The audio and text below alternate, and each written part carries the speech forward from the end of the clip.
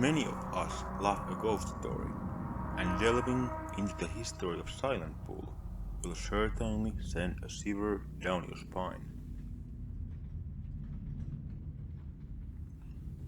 Legend has it that the Silent Pool is the most haunted body of water in the county, and it has a long association with spooky goings-on and mysterious events.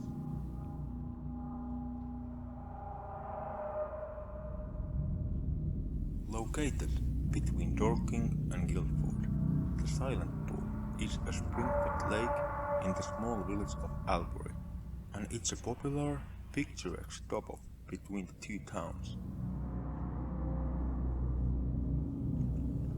Many may not know that since the 19th century, a legend has been attached to the pool.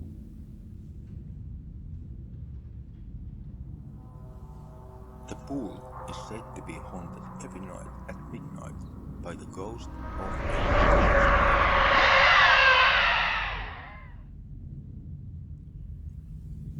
She was apparently driven to her death by King John, who ruled England between 1199 and 1216.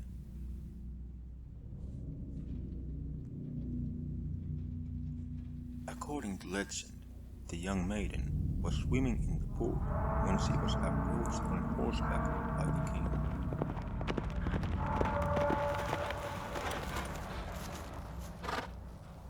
The girl was forced to retreat into the depths of the pool, where she drowned.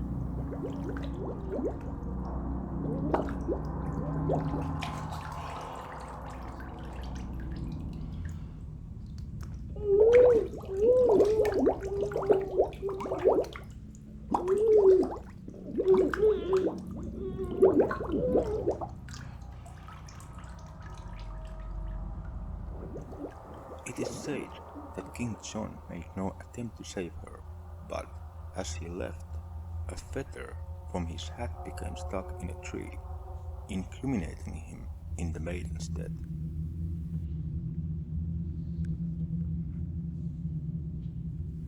An addition to the tale suggests that the girl's brother heard her scream and raced to the scene.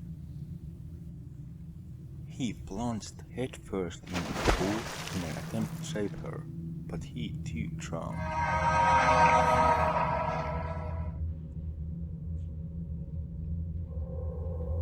The Archbishop of Canterbury, Stephen Langton, who lived in nearby Albury as a young man, heard the story and set out to denounce King John. The first mention of this legend is thought to be in a book written by Martin Tupper in 1858 called Stephen Langton, or The Days of King John.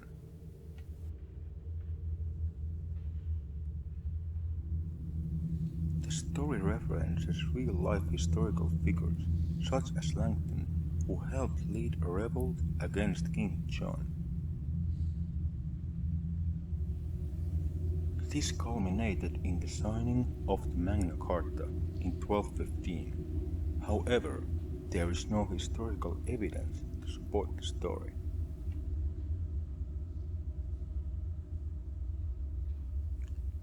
Also, stories claim that the birds do not sing and the pool is bottomless.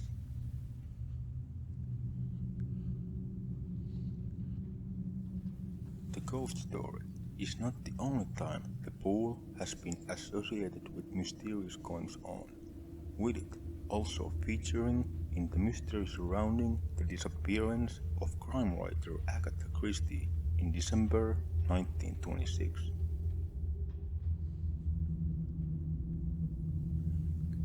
When Mrs. Christie infamously disappeared, it was feared that she had drowned in the Silent Pool after her car was discovered at nearby Newlands Corner.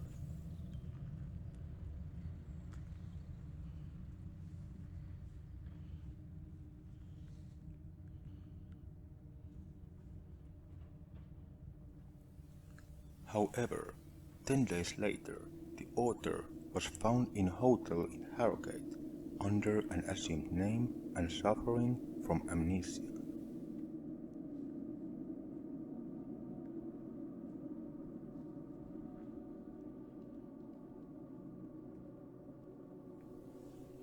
Apparently, this is what happened. For 4 days, police enlisted the assistance of volunteers to walk the areas around the chalk pit where the roadster was found. Theories began to circulate. One theory was that Christie was suffering a mental breakdown due to Archie's affair and Agatha's mother's death. Agatha remained close to Clara and was devastated when she passed. Day 5, December the 8th, 1926. Agatha's brother-in-law confirmed that he had received a letter from Agatha, where she stated that she was heading to an unnamed spa. Day 7, December the 10th, 1926. Police expand the search. Now over 1,000 officers are searching.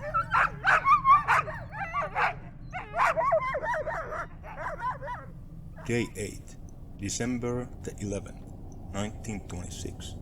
One of Agatha's favorite terriers is brought to the chalk pit. Authorities hoped that the dog would lead them to her corpse.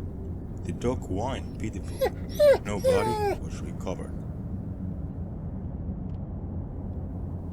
Authorities now report that Christie wrote 3 letters. First, to her personal secretary to cancel an event.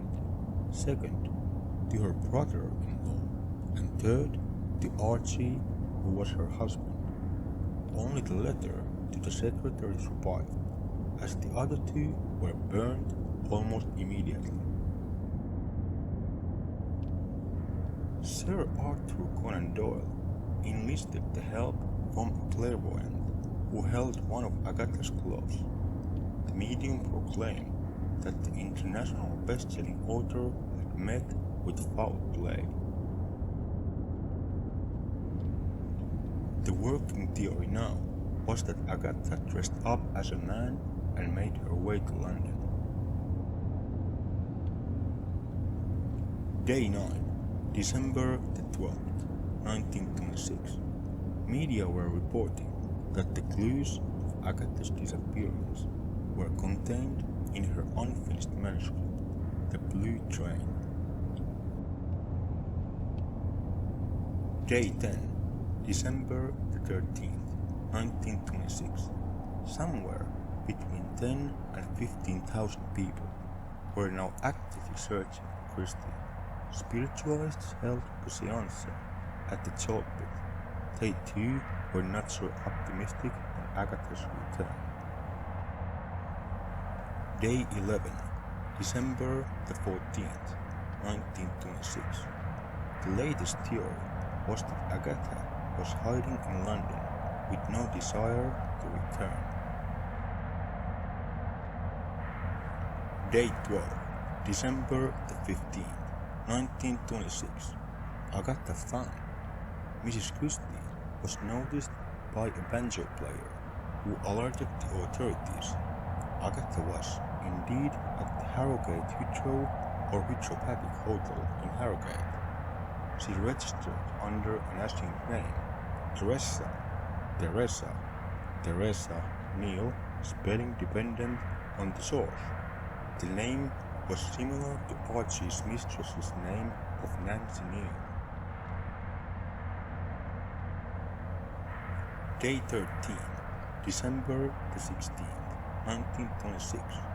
The police update the public. Christie checked into the hotel, unable to remember how she arrived.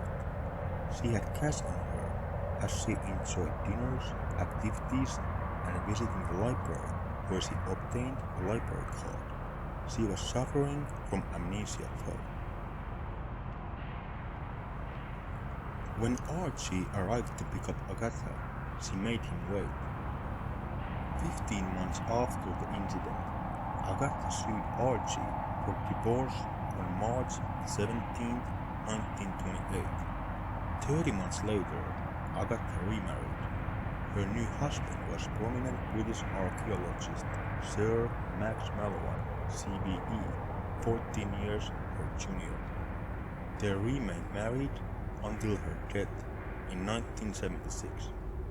Archie also remarried to Nancy Neal.